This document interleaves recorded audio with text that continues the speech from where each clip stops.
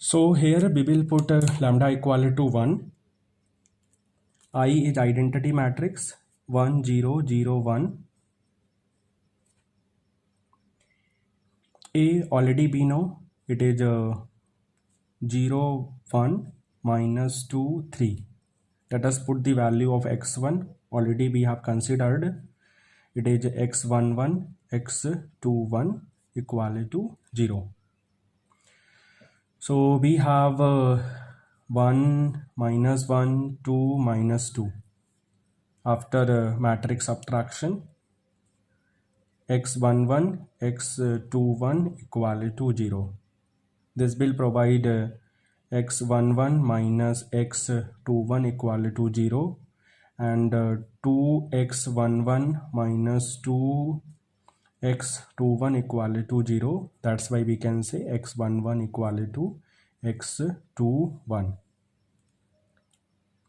If we consider x11 equal to 1, x21 also becomes 1. Therefore, one choice of eigenvector is 1 1. This is my first eigenvector. Similarly,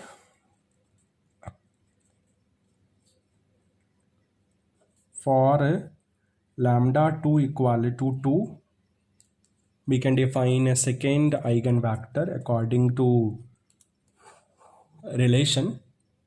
So we have 2. I, we know it is identity matrix 1 0 0 1. Matrix A already we know it is 0 1 minus 2 3. x2 already we have considered it is x12 x22 equal to 0. After a matrix subtraction, we have 2 minus 1 2 minus 1. x12 x22 equal to 0. So we have 2x12 minus x22 equal to 0, or we can say x22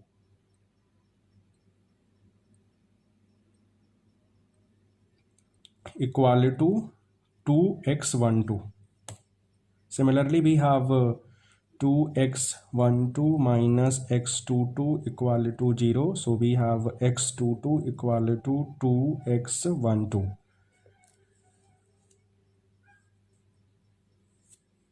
If we consider x12 equal to 1, x22 becomes 2. Therefore, eigenvector for lambda 2 equal to 2 is given by eigenvector for lambda 2 equal to 2 is given by x2 equal to x12 x22 value we have 1 2, and here I am considering x12 equal to 1. So if x12 equal to 1, x22 becomes 2, because x22 is 2 x12. So for lambda 2 equal to 2, one choice of eigenvector is x2 equal to 1 2. So here we have two eigen values. We can calculate eigenvalues according to roots of the characteristic equation, or according to roots of the determinant of lambda I minus a. We can calculate eigenvector with the help of relation lambda I into identity matrix minus a xi equal to 0. With the help of this relation, we can calculate the eigenvector.